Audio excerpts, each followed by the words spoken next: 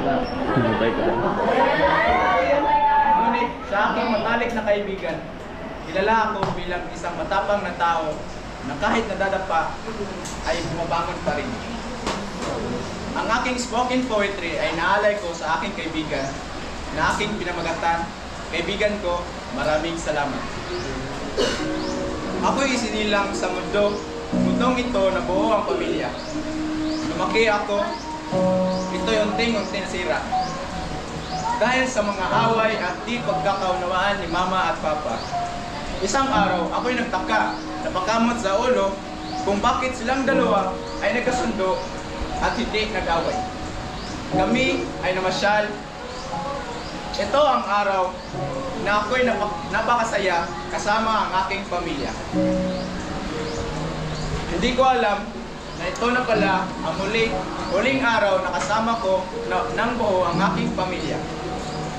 Simula sa mga oras na iyon, ako'y lumaki na walang ilaw ng aking buhay. Lumipas ang ilang taon, ako'y nasanay na walang inay na nauwian sa bahay. Hanggang isang araw, ako'y umuwi sa aming bahay at ako'y nabigla sapagkat ang aking ama ay may posas sa kanyang mga kamay.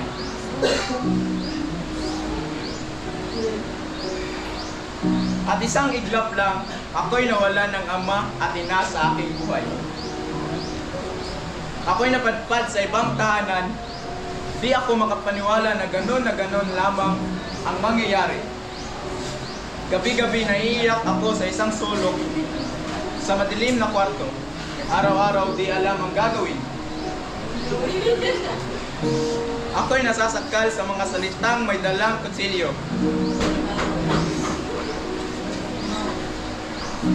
Tila ba ako'y nalulunod? Unti-unti ako'y nawala sa aking sarili. Di alam ang gagawin. Minsan ay naisip ng aking isipan na ito'y aking tapusin na upang paghihirap at pagdurusa ay mawakasan. Pero di ko alam, ang Panginoon ay may ibang plano para sa akin. Isang araw, may mga taong dumating sa aking buhay na nakapagbabago ng aking paningin sa buhay. At isang beses sa loob ng ilang taon, ako'y nakaramdam ng hindi nag-iisa, ako ay may kakampi, na ako ay mahalaga.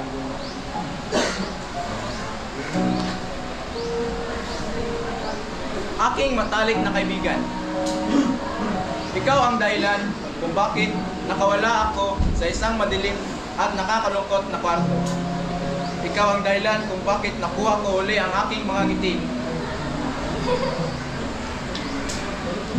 Kaya habang buhay, ikay na mananatili sa aking isip at puso. Kaibigan ko, maraming salamat.